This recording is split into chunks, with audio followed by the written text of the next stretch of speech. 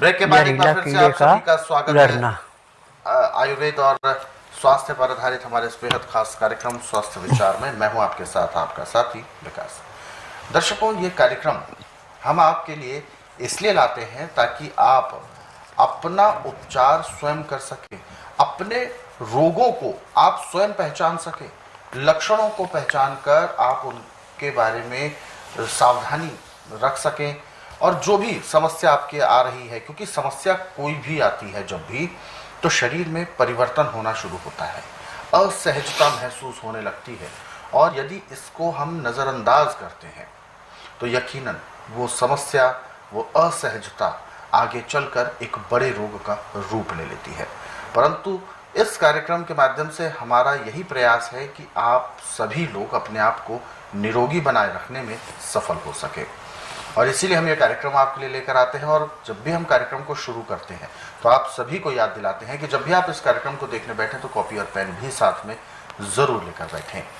जिस तरीके से पाठशाला में, कक्षा में विद्यार्थी बैठते हैं सीखने के लिए, ऐसे ही इस कार्यक्रम में जो भी दर्शक देखने के लिए बैठते हैं तो वो भी कुछ सीखें, अपने उपचार स्वयं कर सकें, घरेलू नुस्खों के बारे में जान सकें।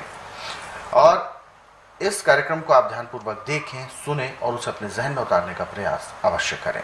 तो चलिए आगे बढ़ते हैं और शुरू करते हैं आज के मुख्य विषय पर चर्चा। गुरुजी, आज के इस अंक में हम किसी बहुत ज़्यादा विशेष रोग के बारे में नहीं बात करेंगे, बल्कि कुछ ऐसी चीज़ों के बारे में बात करेंगे जो कि घटनाओं से संबंधित है, जैसे कि जहरीले कीड़े। आमतौर पर घरों में जहरीले कीड़े, जैसे कि मान के चले मधुमक्खी भी एक जहरीला ही मान सकते हैं, और ततैया हो गई, भौरे हो गए, और रेंगने वाले भी जैसे कि कान खजूरा, जिसे कांतर भी कहा जाता है, बहुत सारे ऐसे कीट बहुत सारे होते हैं। तो ये जहरीले भी होते हैं, ये दर्दनाक भी होते हैं और ये आम तौर पर मनुष्यों के जहाँ पर रिहाइश होती है वहाँ पर ये आसानी से पाए जाते हैं। कभी कोई ऐसी घटना हो जाए, काट लेता है या कुछ भी ऐसा होता है, तो ऐसे में क्या कुछ हमें करना चाहिए जिससे कि जहर ना फैले या दर्द भी और पीड़ा भी कम हो? देखिए, किसी भी किस्म का जहरीला कीड़ा है, जहर को समाप्त करने के लिए और सूजन को बिठाने के लिए ये सारे गुण बेल पत्र के रस में है। बेल पत्र के पत्ते लाके पीस के उसका रस निकाल लें और रुई भिगो करके उस रस में जहाँ पे आपको डंक मारा वहाँ रख दें। तो जैसे कूड़े करकट के ढेर को माचिस की तिल्ली जला के समाप्त करती है, ऐसे वो डंक गलना शुरू हो जाता है। उसका जहर बेल के पत्ते ख़त्म करते हैं और बेल के पत्तों का रस पीने को दिया जाता है। खून के अंदर जो चला गया उसको वो ख़त्म कर देता है।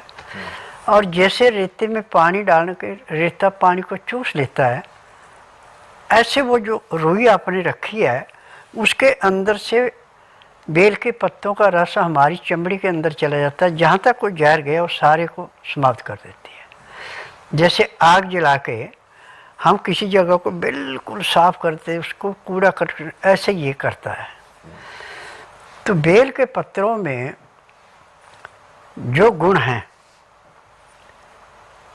ये बेल के फल से भी ज़्यादा है। अब जैसे मैंने आपको बताया कि जलोदर रोग में कैसे आराम करते हैं, ऐसे हर किस्म के जहर को समाप्त करते हैं। अब जब आपको कहीं पे ऐसी चोट लग गई कि जो हड्डी तक जख्म पहुंच गया और हड्डी भी उस रोग से ग्रसित हो गई, तो बेल की छाल और बेल के पत्तों का रस, इसको पीस के लुगदी बना के उस जख्म पे भर दें तो थोड़ी देर के लिए तो आपको चटपटाहट लगेगा, परंतु 15-20 मिनट में वहाँ ऐसे शांति मिलेगी जैसे जलती अग्नि में पानी डाल के अग्नि शांत होती, ऐसे वहाँ तकलीफ रहेगी। अब जो आपका वो घाव बढ़ता जा रहा था, वो घाव भी ऐसे भरेगा जैसे रोड का मजदूर गड्ढा देख के दाएं बाएं से मिट्टी इकट्ठी करके गड्ढे को बंद कर दे, गाड़ी का जंप बंद हो जाता है, ऐसे जख्म भर जाता है। और जितना मर्जी बड़े से बड़ा जख्म हो, बिल्कुल छोटा सा चिन्ह रह जाता है उसका निशान का, बाकी सारी की सारी चमड़ी ओरिजिनल चमड़ी जैसी हो जाती है। ये बेल के अंदर गुड़ा, और बेल को देवताओं का फल माना गया है, और शिव जी इस फल के ऊपर बहुत ज़्यादा प्रभावित होते हैं। अब हम इसका शिवरात्रि में फल भी शिव जी को चढ़ाते हैं, पत्ते भी चढ़ाते हैं, और इन पत्तों की एक विशेषता है कि आपने सुबह शिव जी पे पत्ते चढ़ाए, शाम को उनको उतार के फिर पानी में रख दिया, दूसरे दिन हम उनको फिर चढ़ा सकते हैं, तो 6 महीने तक चल जाते हैं। अब जहाँ पे बेल का पेड़ नहीं है और ये कोई बीमारी होगी और पत्ते चाहिए रोज़ के, हमें ताज़े चाहिए, तो अब सूखे पत्तों को भी पानी में रख लें, पानी में रखने के आधे पौने घंटे में वो ऐसे हो जाते हैं जैसे पेड़ से तोड़ के अभी लाए। ये बेल के पत्तों के अंदर गुण, और पत्तों में किसी में इतना गुण नहीं है। और जो हरे पत्ते में ताजे में गुण है, वही सूखे पत्ते में गुण है। तो क्या गुरु जी, एक बार जैसे कि हमने भगवान को अर्पित कर दिए पत्ते, और क्या उसके बाद उनको हम अपने प्रयोग में भी ला सकते हैं क्या? उनको धो करके अपने प्रयोग में लाइए। अब जैसे कोई बहुत ज़्यादा नशा करता है, नशा चाहे किसी भी चीज़ का करता है, जो पत्ते शिव जी को चढ़ाए जाते हैं उनको उठा करके और उनको छाया में सुखाते जाओ, मिट्टी ना आए उनके ऊपर। अब पीस के उसका पाउडर बना लो। जितना पाउडर उन पत्तों का बना, उतना ही उसमें लौंग पीस के पाउडर मिला दो। लौंग और बेल के पत्ते 1.5 से 2 ग्राम खुराक खाने के अंदर उस रोग नशेड़ियों को देते जाओ जो नशा करता है। आप देखेंगे दिन प्रतिदिन उसको नशे से घृणा होती जाएगी, और महीने 1.5 महीने में वो नशे की तरफ जाएगा नहीं। यदि कोई कहे भी तो उल्टी करना शुरू कर देगा। इतना प्रभावी हो जाता है। हाँ, बिल्कुल।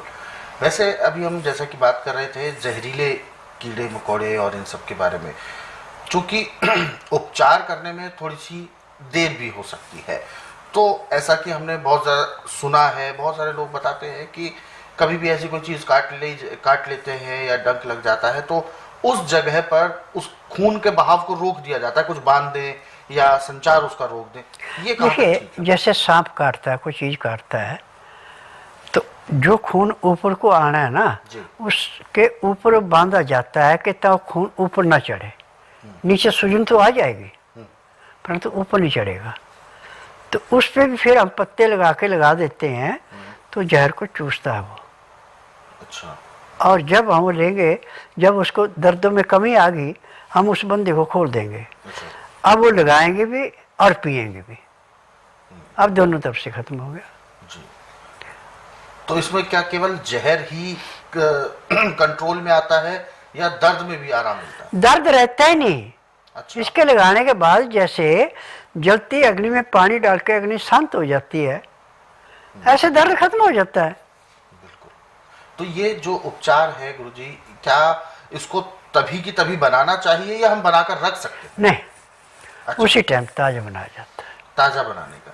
जी। तो इसीलिए हम एक बार और आपसे जानना चाहेंगे, रिवाइज करने के लिए, कि क्या क्या चीज़ें हमें चाहिए इसमें। देखिए, बेल पत्थर को पीस करके उसका रस निकाल लिया, रोई भगोई रस में, और उस जख्म पे रख दी। ठीक है। जहाँ काटा है वहाँ रख दी। रखने के 10 सेकंड के अंदर अंदर उसमें ठंड पड़ना शुरू हो जाती है, और 2-2.5 घंटे में वो गल जाता है। उसके बाद जरूरत नहीं पड़ती। और इसके साथ पीने के लिए भी आपने कुछ बताया था? पीने को भी ये रस ही पिलाना है ना। अच्छा, रस। जो रोई भगो के बच गया वो पी लिया। जी। तो उसमें पानी मिलाना है या कुछ नहीं मिलाना है, ऐसे पानी तो है वो। जी जी जी। पीने में कोई दिक्कत नहीं आती। तो उसको ऐसे पी भी लिया। और कितनी बार करना होगा ऐसा? आप 1-1 घंटे बाद 4 या 5 बार कर लेंगे तो जहर बिल्कुल टोटली ख़त्म हो जाता है, सूजन ख़त्म हो जाती, तकलीफ रहती नहीं। तो बिल्कुल दर्शकों, ये सब चीज़ें जो है, नुकसान तो थोड़ा सा होगा क्योंकि ये घटना है, कोई भी आकस्मिक ऐसी कोई घटना हो जाती है तो उसके लिए तुरंत हमें उपचार खोजना पड़ता है। और इस बात का ध्यान रखें कि यदि आपको उपचार पहले से पता होंगे तभी आप तुरंत वो उपचार करने के लिए अग्रसर होंगे और अपने जो समस्या है, जो परेशानी हो रही है आपको, उसको जल्द से जल्द आप एकदम उसका निवारण कर सकते हैं। ये सब चीज़ें संभव हैं जब आपको जानकारी होगी, तभी आप ये कर पाएंगे। तो इसीलिए हम आपको अक्सर याद दिलाते हैं कि नुस्खों को जो इस कार्यक्रम में बताए जाते हैं उनको आप लिख ज़रूर लिया करें, ताकि आपके जहन में ये सारी चीज़ें बनी रहें, आपको याद रहे कि कब हमें कौन सी चीज़ करनी है, और इनको आप लिखेंगे तो आपको याद भी रहेगा। हालांकि यदि किसी कारणवश आप नहीं लिख पाए हैं या नहीं ठीक से सुन पाए हैं तो आप परेशान ना हो, आप स्वस्थ विचार पुस्तकों के जरिए भी पढ़ सकते हैं। एक नहीं, दो नहीं, बल्कि हजारों से भी ज़्यादा की तादाद में रोगों के बारे में वर्णन है इन पुस्तकों में, और इन पुस्तकों में उनके उपचार भी बताए गए हैं। पुस्तकों की सबसे बड़ी विशेषता है कि इनमें जिन भी चीज़ों के बारे में वर्णन है, जो उपचार में प्रयोग करनी है चीज़ें, वो सारी चीज़ें आपके रसोई घर में बहुत आसानी से उपलब्ध होती है।